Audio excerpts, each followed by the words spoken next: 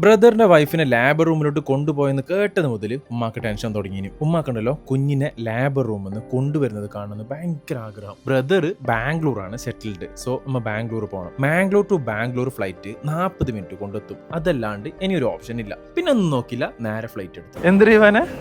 എന്ത് ഈ ഉമ്മമാരുടെ ചില ആഗ്രഹങ്ങളുണ്ടല്ലോ, അത് വിലമതിക്കാനാവാത്തതാണ്. അത് അങ്ങ് ചെയ്തു കൊടുത്തേക്കണം. കാരണം ആ സമയത്തുണ്ടാകുന്ന അവരുടെ ഇമോഷൻസിനും പിന്നെ ആ ഒരു മൊമെന്റ്സിനൊക്കെ ഉണ്ടല്ലോ നമ്മൾ നല്ലോണം പ്രാധാന്യം കൊടുക്കണം.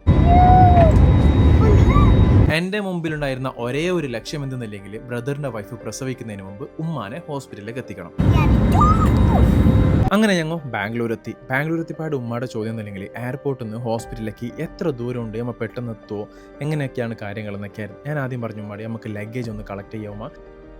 ഞങ്ങളുടെ ലഗേജ് എല്ലാം കളക്ട് ചെയ്ത് അപ്പോഴത്തേക്ക് ഇവാന് പറയുന്നുണ്ട്, പപ്പ ഞങ്ങൾക്ക് ചെറിയൊരു ടോയ് വേണം, നമുക്കൊന്ന് ഹാംലിസിൽ കയറാന്നുള്ളത്. ഞാനങ്ങനെ ജസ്റ്റ് ഒന്ന് അവനെ ഉള്ളിൽ കൊണ്ടുപോയി. അപ്പോൾ കുറേ സമയം എടുക്കുമെന്ന് അറിഞ്ഞതുകൊണ്ട് ഞാൻ പറഞ്ഞു നമുക്ക് വരുമ്പോൾ മേങ്ങാം ഇവാനെന്ന്. എയർപോർട്ടിൽ നിന്ന് ഇറങ്ങുന്നതിനേക്കാൾ മുന്നേ തന്നെ ഞാൻ ഊബർ ബുക്ക് ചെയ്തിട്ടുണ്ടായിരുന്നു. അപ്പോൾ ഊബറിൽ കയറണം, നേരെ ഹോസ്പിറ്റലിലേക്കാണ് ലൊക്കേഷൻ ഇട്ടിട്ടുള്ളത്. വിചാരിച്ചതിനേക്കാൾ നേരത്തെ ഞങ്ങൾ ഹോസ്പിറ്റലിലേക്ക് എത്തി. അതും നമുക്ക് ഭയങ്കര സന്തോഷമായി. അങ്ങനെ കുറച്ച് സമയം അവിടെ ഞങ്ങൾ എല്ലാവരും വെയിറ്റ് ചെയ്ത് ആ ഒരു മൊമെന്റിലേക്ക് എത്തി. നഴ്സ് പുറത്തോട്ട് വന്ന് പറഞ്ഞ് ബ്രദറിന്റെ വൈഫ് പ്രസവിച്ച് ആൺകുഞ്ഞാണെന്നല്ല. അങ്ങനെ അടുത്തൊരു ആൺകുഞ്ഞു കൂടി നമ്മുടെ കുടുംബത്തിലേക്ക്. ഈ ഒരു മൊമെന്റിൽ ഉമ്മാനെ ഇവിടെ എത്തിക്കാൻ പറ്റിയതിൽ അൽഹംദുലില്ലാ അലാ കുല്ലി ഹാൽ. അപ്പൊ ഇനി നെക്സ്റ്റ് വീഡിയോയിൽ കാണാം. അതുവരേക്കും ബൈ ബൈ.